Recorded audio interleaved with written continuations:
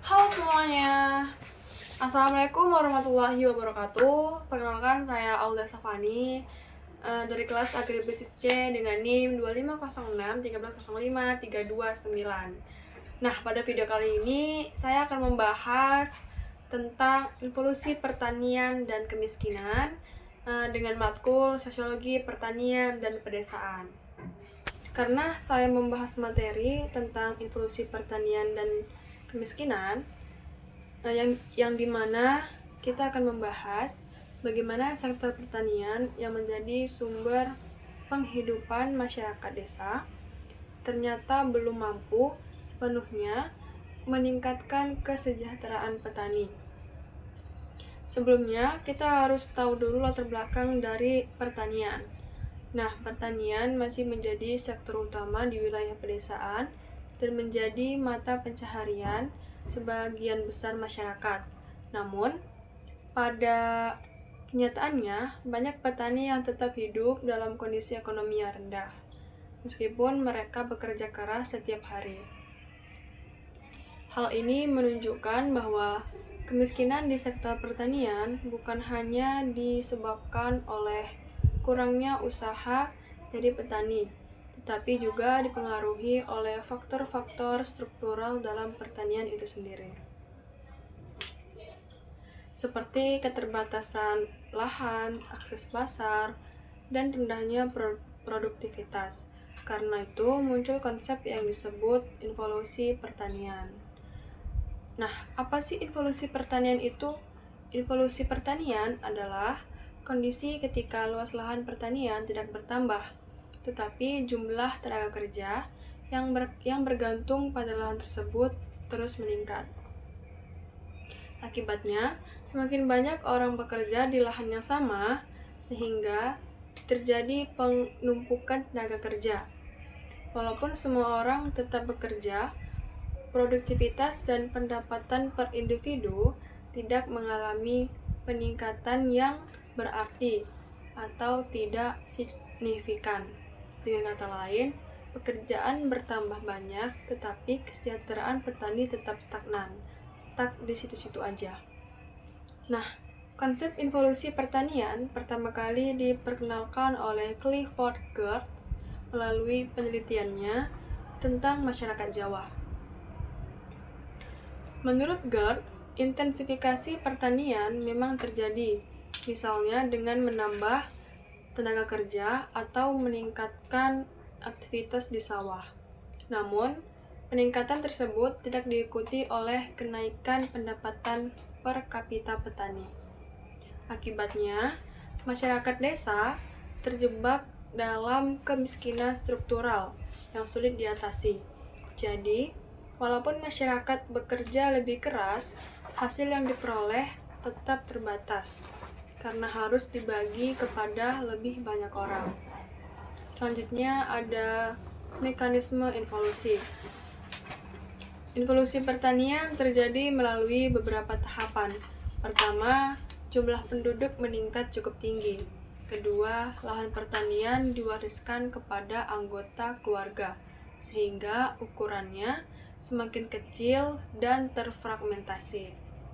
Untuk bertahan hidup, petani kemudian menambah jam kerja atau melakukan diversifikasi tanaman. Tetapi karena tidak didukung teknologi modern dan akses pasar yang baik, produktivitas tetap rendah. Akibatnya, pendapatan petani tidak mengalami peningkatan yang signifikan. Evolusi pertanian ini berkaitan dengan kemiskinan. Nah, evolusi pertanian memiliki hubungan yang sangat erat dengan kemiskinan.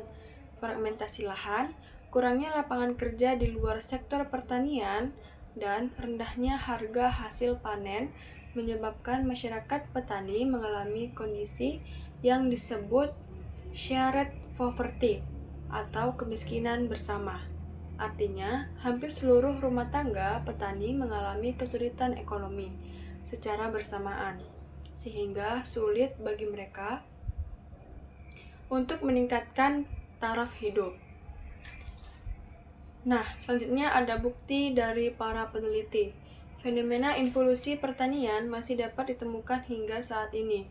Contohnya di Sumatera Utara, pertumbuhan sektor pertanian belum mampu menurunkan angka kemiskinan secara signifikan.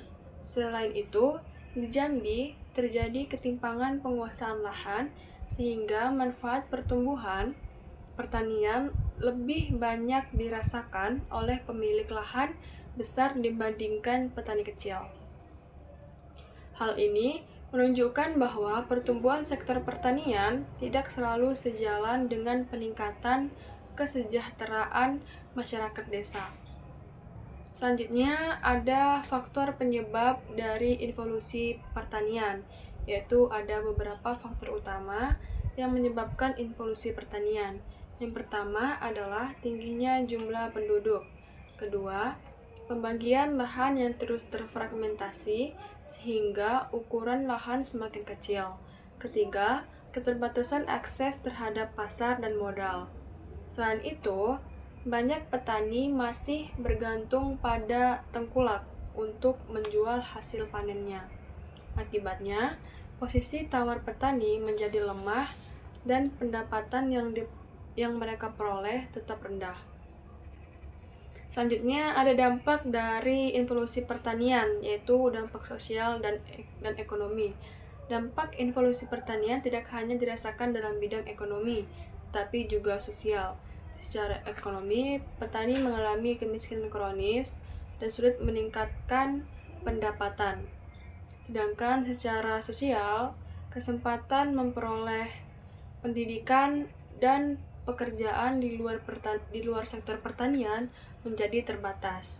Selain itu, muncul kesenjangan antara pemilik lahan besar dengan petani kecil yang menyebabkan ketimpangan sosial di pedesaan semakin besar. Nah, dari dampak tersebut ditemukanlah solusi untuk involusi pertanian, yaitu ada beberapa solusi yang dapat dilakukan untuk mengatasi involusi pertanian, antara lain melakukan reforma agraria agar distribusi lahan lebih merata, memperkuat koperasi dan kelompok tani, meningkatkan akses pembiayaan dan pemasaran, menyediakan teknologi pertanian yang mudah diakses, memperluas akses pasar, serta mengembangkan sektor ekonomi lain di pedesaan agar masyarakat tidak hanya bergantung pada pertanian. Dengan adanya langkah-langkah tersebut, diharapkan kesejahteraan petani dapat meningkat.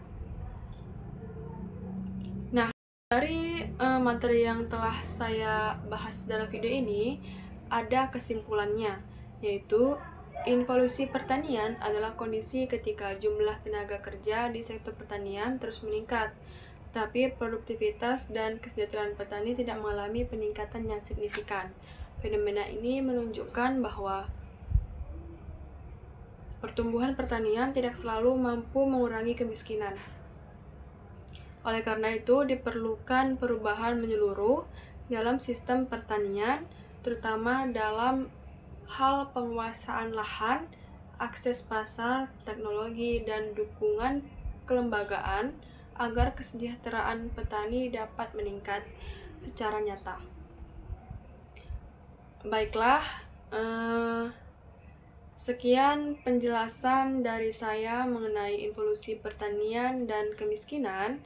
Saya Aulia Safani. Assalamualaikum warahmatullahi wabarakatuh.